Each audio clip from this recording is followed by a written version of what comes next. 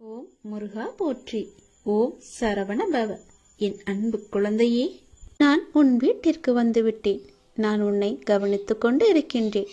தினமும் உன் முகம் வாடி போகிறது. எதனால்? என்னிடம் நீ வைத்த வேண்டுதல்கள் நடக்குமா நடக்காதா என்று கொஞ்சம் நம்பிக்கை குறைவோடு நீ சிந்தித்துக் கொண்டிருக்கின்றாய். என் மீதான நம்பிக்கையும் உனக்கு குறைந்து விட்டது. அந்த எண்ணம் உனக்கு எதிராக மாறிவிடும். எனவே நம்பிக்கையை கைவிட்டு விடாதே, முயற்சியை கைவிடாதே. உன் வீட்டிற்கு வந்துவிட்ட என்னிடம் இன்முகத்தோடு எப்பொழுதும் பேசு. நான் உனக்காக காத்திருக்கின்றேன். நீ எப்போது என்னிடம் வந்து முழு மனதோடு பேசுவா என்று. நீ இப்போது உன் மனதில் ஒரு நல்ல காரியம் செய்ய வேண்டும் என்று நினைத்து கொண்டிருக்கின்றாய் அல்லவா? நிச்சயம் அதை உன்னால் செய்ய முடியும். அதை உடனே அதற்கான ஏற்பாடுகளை செய். அது நிச்சயம் நன்மையில் முடியும், பல லாபங்களை தரும். உன் வீட்டில் கூடிய சீக்கிரம் ஒரு நல்ல நிகழ்வுக்காக காத்திருந்தாய். அதுவும் நிச்சயம் நிகழப்போகிறது. உன் நல்ல எண்ணங்கள் உன் வாழ்வில் ஒவ்வொரு நன்மையாக நடக்கப் போகின்றன. உன் நல்ல எண்ணங்களுக்கு அது நான் கொடுக்கும் பரிசு. நடந்து முடிந்த எதையும் ஒருபோதும் நீ கவனிக்காதே. அதை நீ மறந்துவிடு. நடந்தது நடந்து முடிந்து விட்டது. இனி நடக்கப் போவதை நீ பார்.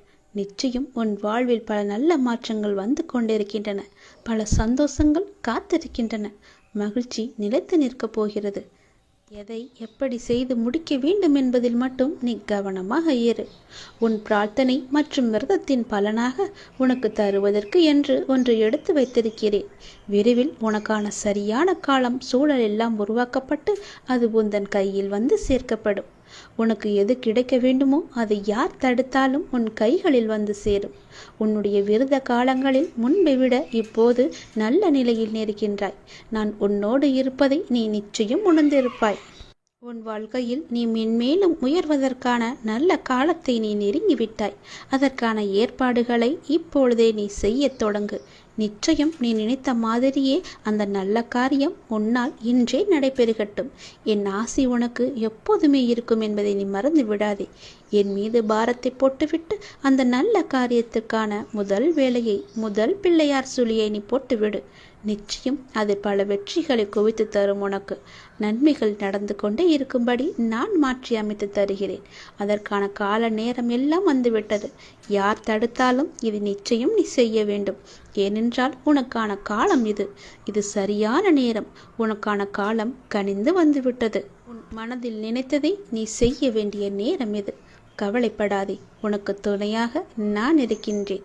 எதுவும் சாத்தியம்தான்.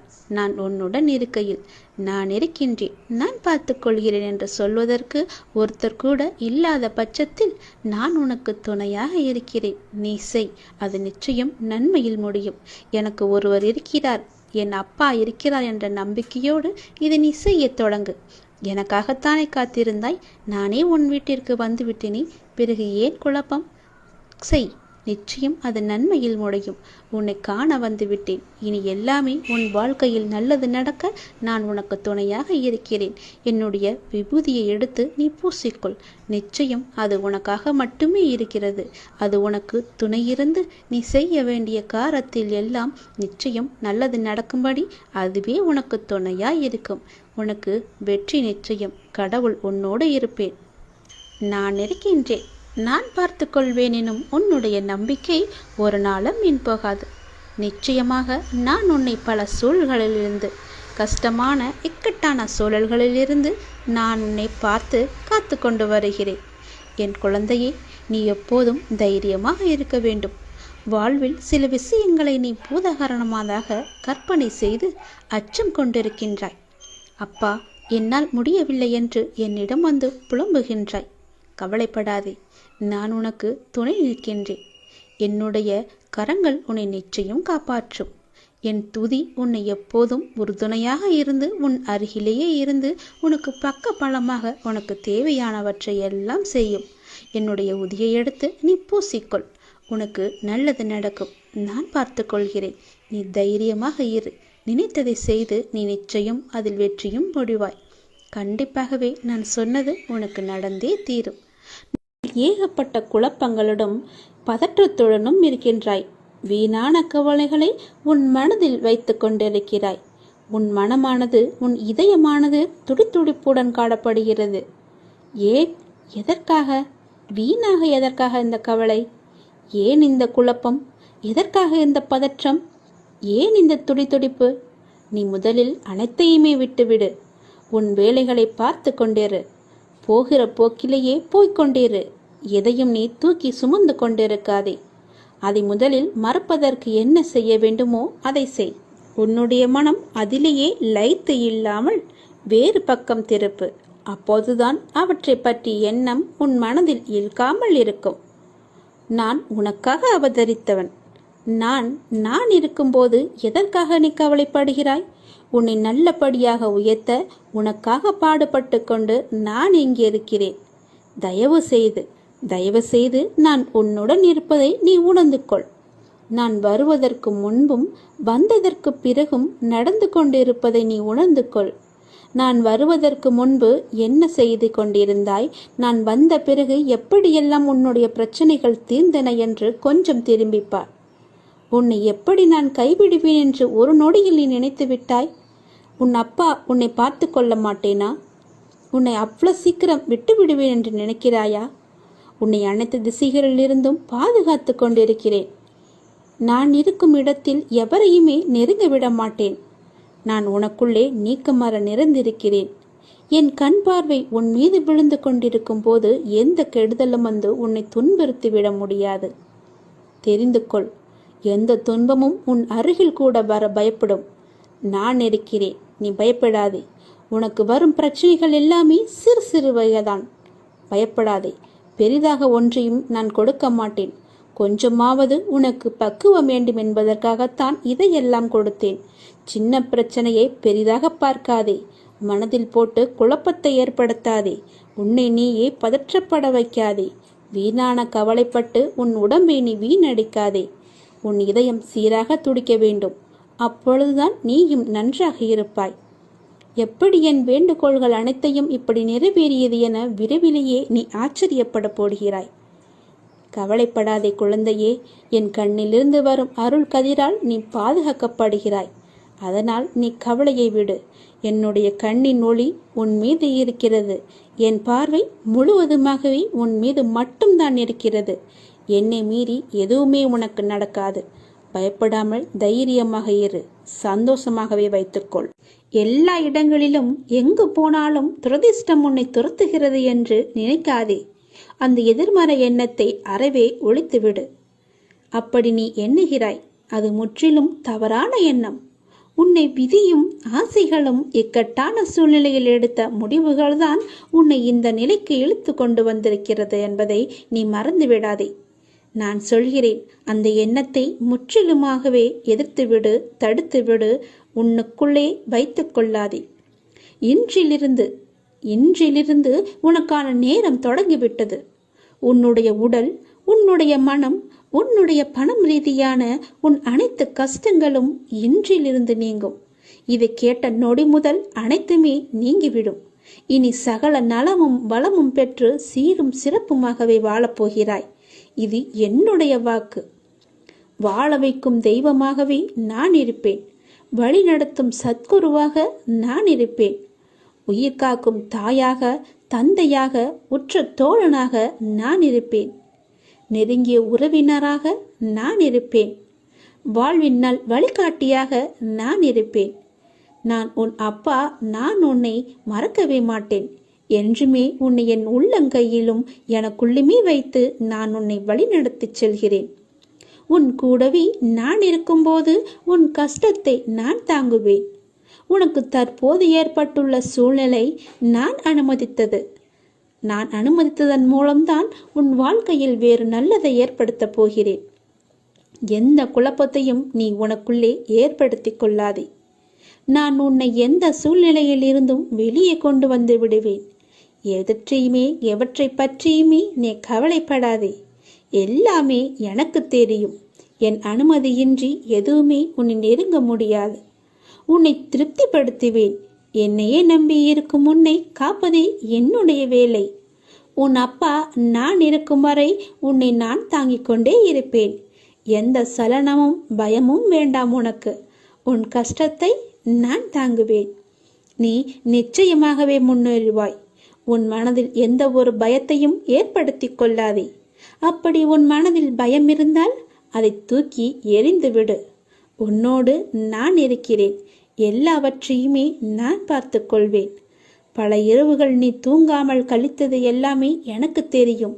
எத்தனை இரவுகளை நீ அழுது கொண்டே இருந்தாய், அழுது புலம்பிக் கொண்டே இருந்தாய் என்று. எத்தனை இரவுகளை நீ முழித்திருந்தே கழித்தாய் என்று எனக்கு நன்கு தெரியும். அதனால் கவலைப்படாதே. இந்த நொடி முதலே உன் வாழ்க்கைக்கான நல்ல ஆரம்பம் தொடங்கிவிட்டது. எல்லாம் வெற்றியே. உனக்கு நிறையவே பிரச்சனை இருக்கிறது. எதை சொல்லி எங்கே போய் அழுவது என்று தெரியாமல் நீ தினமும் புலம்பி தவித்து கொண்டிருக்கிறாய். எனக்கென்று யாருமே இல்லையே, நீங்களும் இருக்க மாட்டீர்களா அப்பா என்று என்னிடமே நீ கேட்கிறாய். உனக்கு யார் இல்லை? எல்லோருமே இருக்கிறார்களே. நீதான் அவர்களை புரிந்து கொள்ளவில்லை. யார் என்று சொல்கிறேன் தெரியுமா? அந்த கடவுளை தான் சொல்கிறேன்.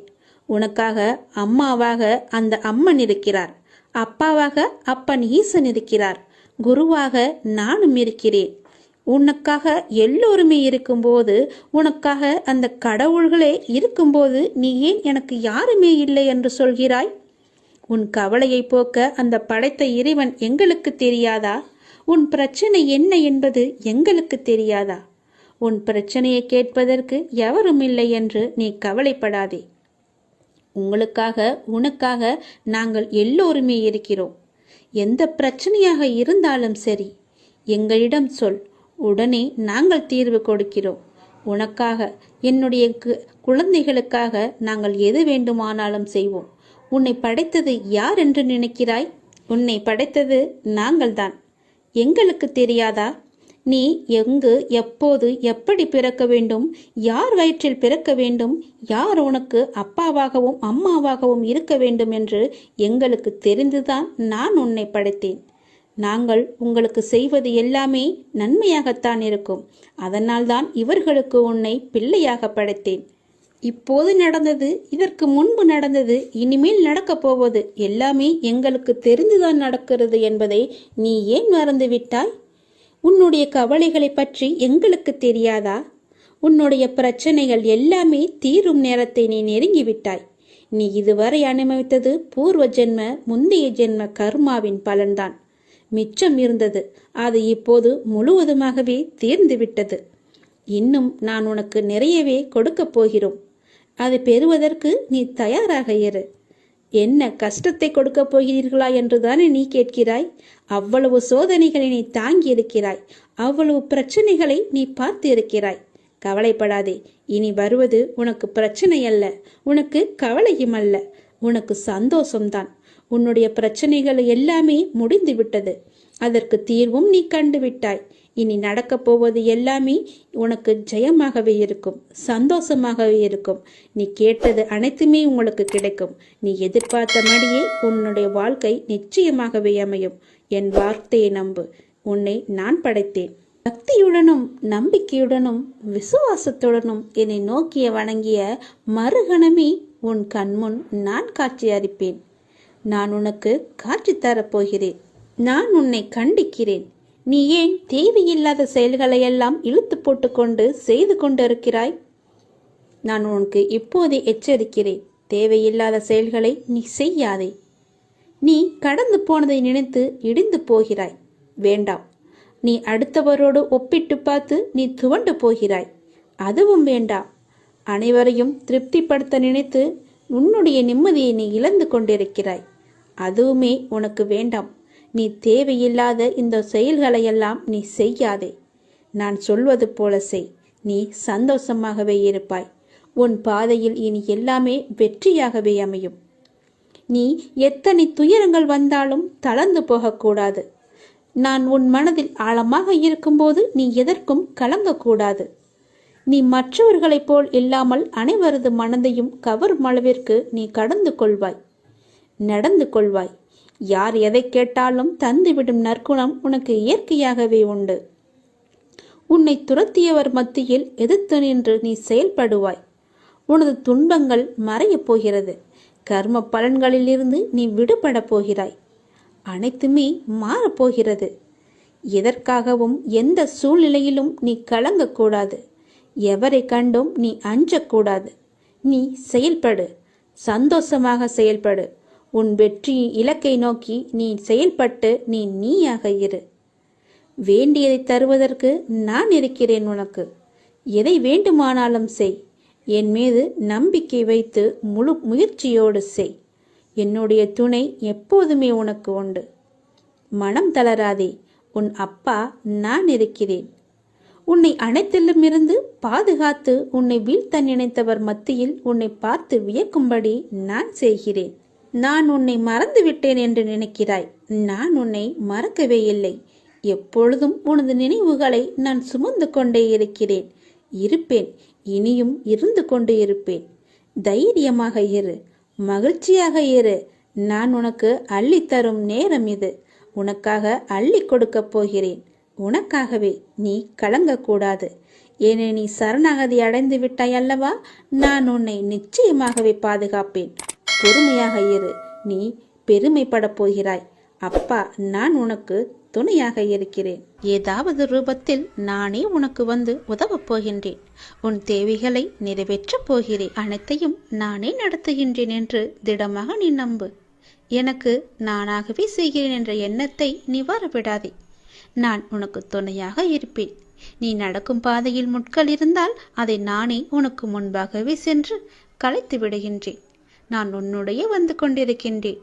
உன் பின்னால் நான் வந்து கொண்டே இருக்கிறேன். உனக்கு முன்னால் சென்று உன் கால்களை குத்தும் முட்களை நானே எடுத்து விடுகின்றேன். கவலையே படாதே. உனக்கு உதவ ஏதாவது ஒரு ரூபத்தில் உன் அருகில் நான் இருப்பேன். நீ எதற்கும் பயப்படக்கூடாது. உன்னுடைய தேவைகள் எது என்று நீ கருதுகின்றாயோ அதை எல்லாவற்றையுமே நானே நிறைவேற்றி தருகிறேன். நீ செய்ய வேண்டியது எல்லாம் நீ நல்லதையே நினைப்பது மட்டுமே. நல்லதை மட்டுமே செய்ய வேண்டியது. உனக்கு தீமை வந்தாலும் நீ செய்த நன்மை நிச்சயம் உன்னை காப்பாற்றும். அதனால் எப்பொழுதெல்லாம் உனக்கு நேரம் கிடைக்கின்றதோ அப்போதெல்லாம் உன்னால் முடிந்த உதவிகளை, சிறு சிறு உதவிகளை மற்றவர்களுக்கு செய்து வா. அவர்களால் முடியாது, இயலாதவர்களாக பார்த்து நீ உதவி செய். நிச்சயம் உனக்கு பல நன்மைகள் காத்திருக்கும். உன்னுடைய கர்மாக்கள் எல்லாம் ஒழிந்துவிடும்.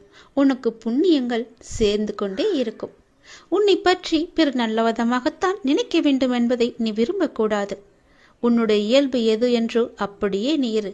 உன்னுடைய இயல்பிலிருந்து மாறாமல் இரு. படைத்தவன் எனக்கு தெரியும் நீ சிறந்தவன் என்று. நான் உன்னை எப்படி படைத்தேனோ அப்படியே இரு. யாருக்காகவும் உன்னை நீ மாற்றிக்கொள்ள விரும்பாதே. யாருக்காகவும் நீ மாற்றிக்கொள்ள கூடவும் கூடாது. உன்னுடைய அப்பாவின் கட்டளை இது. நன்றாக வாழ்ந்தவன் கெட்டதும் இல்லை, துயரங்கள் எதுவும் நிரந்தரமும் இல்லை. அதனால் உன்னுடைய கஷ்டங்கள், இன்றைய கஷ்டங்கள் நாளையே இன்பமாக மாறும். அதனால் அதை நீ பெரிதாக எடுத்துக்கொண்டு இன்றைய இன்பத்தை நீ தொலைத்து விடாதே. எதுவரை போகட்டுமோ போகட்டும். உனக்கு நான் இருக்கின்றேன். மனம் தளராதே. அனைத்துமே ஒரு நாள் முடிவுக்கு வந்து சேரும். பிரச்சனை என்று இருந்தால் அதற்கு ஒரு தீர்வு என்று இருக்கும் அல்லவா? பயப்படாதே. எல்லாவற்றையும் உருவாக்கியவன் நான் தான். நான் பார்த்து கொள்கிறேன். எதிலும் பொறுமை, எங்கும் பொறுமை. உன்னிடத்தில் அனைத்து நல்ல பண்புகளையும் நான் கொடுப்பேன்.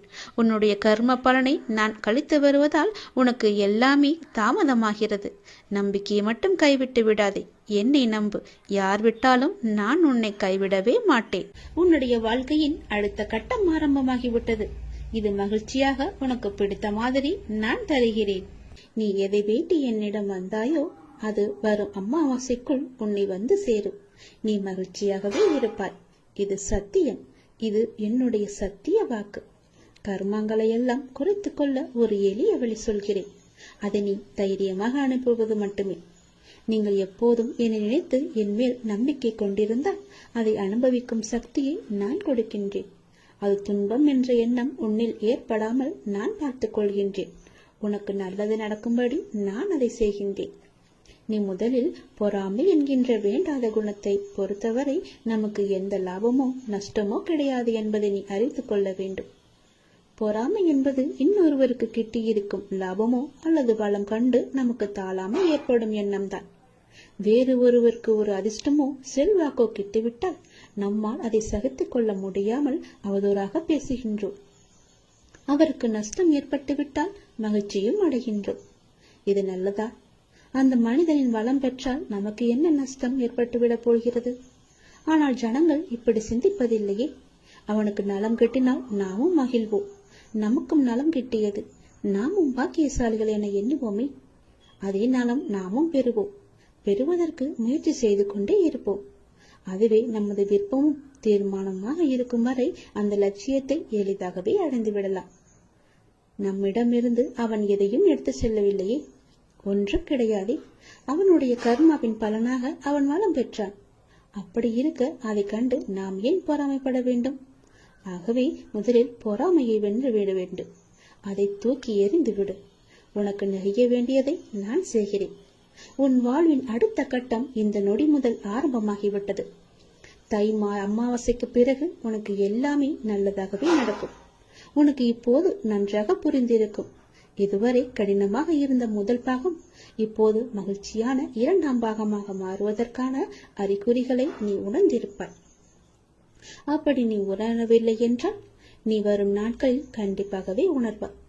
உன் வாழ்வின் அடுத்த கட்டம் மகிழ்வானதாகவே உனக்கு பிடித்த மாதிரியே இருக்கும். நானே அதற்கு பொறுப்பு. உன்னுடைய வாழ்க்கை முடிந்து போகவில்லை.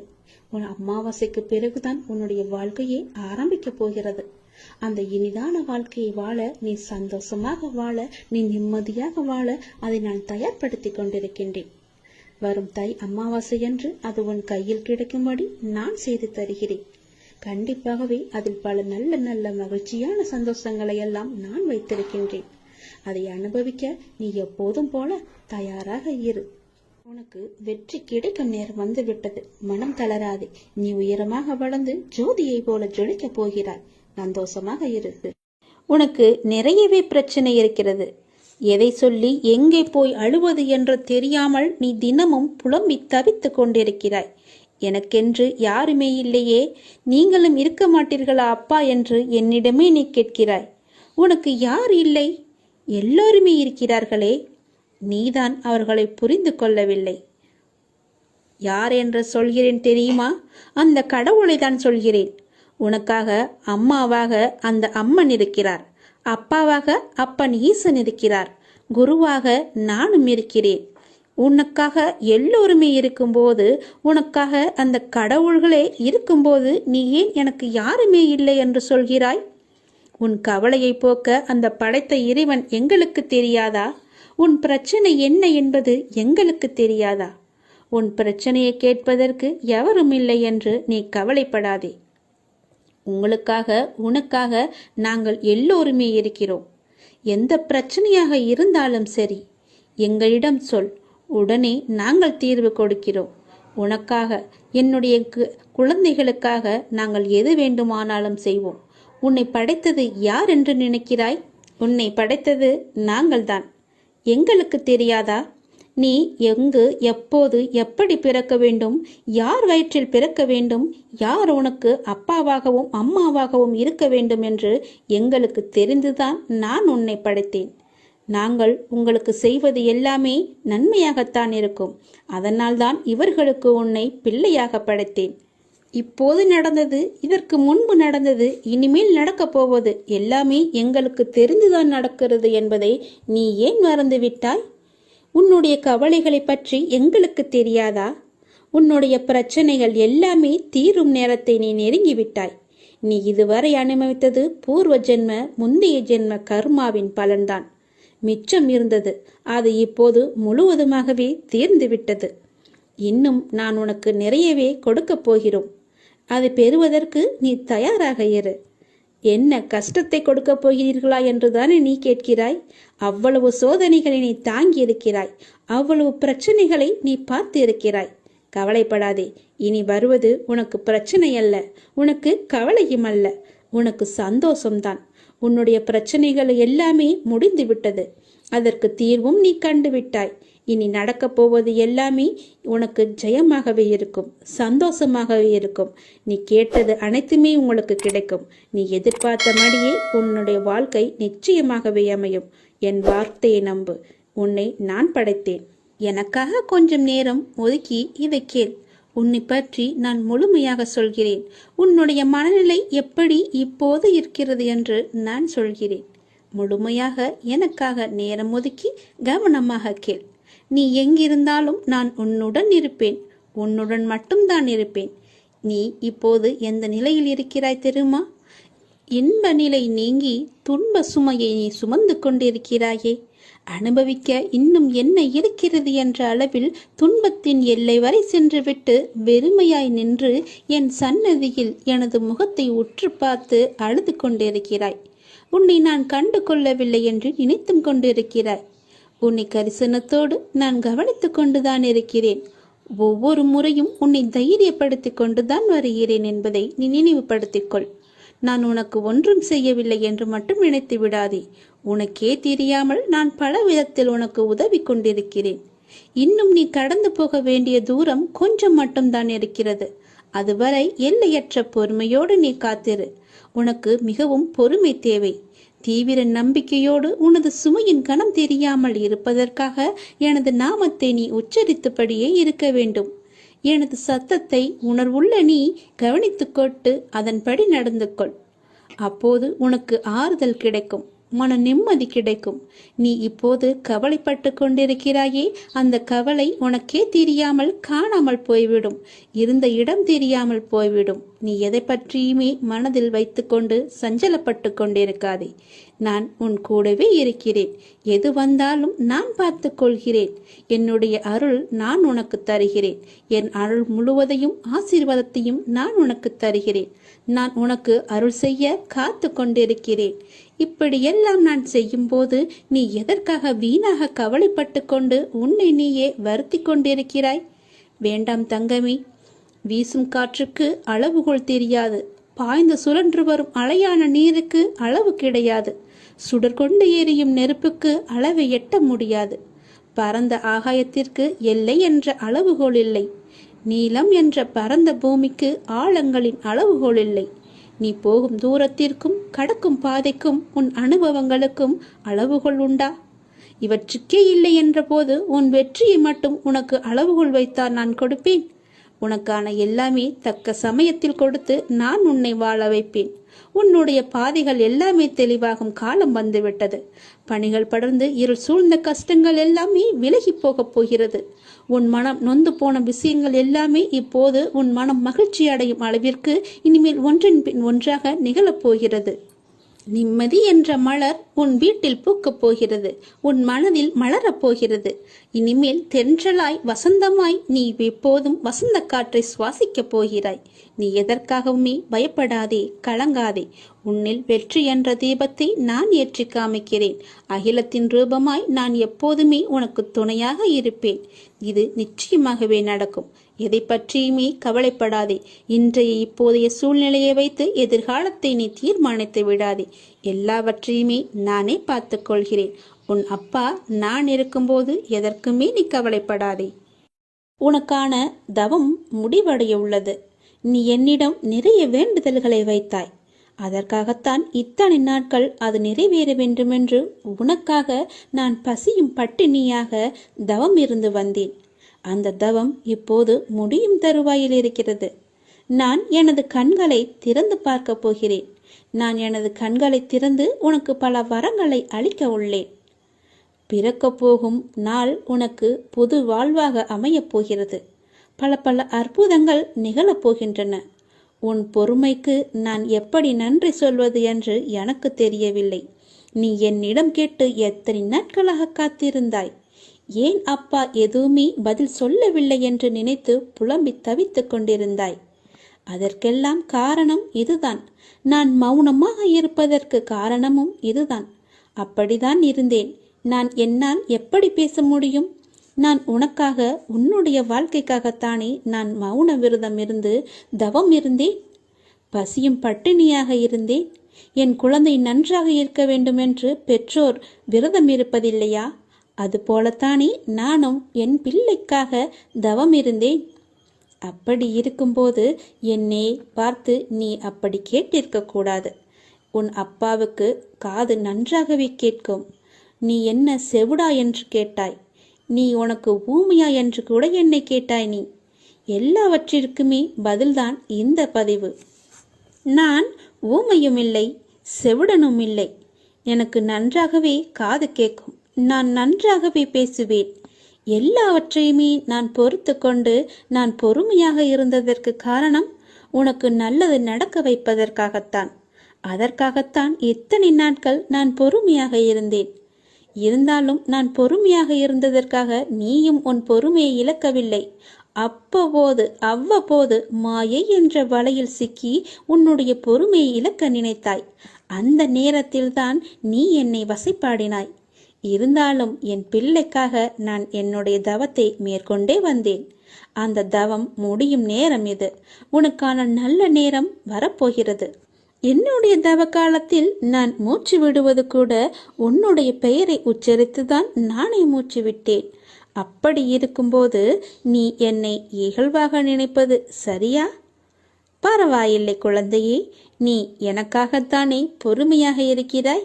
அப்பா நிறைவேற்றுவார் என்றுதானே நீ பொறுமையாகவும் நம்பிக்கையாகவும் இருக்கிறாய். உன்னுடைய பொறுமையை நான் இனி சோதிக்க மாட்டேன்.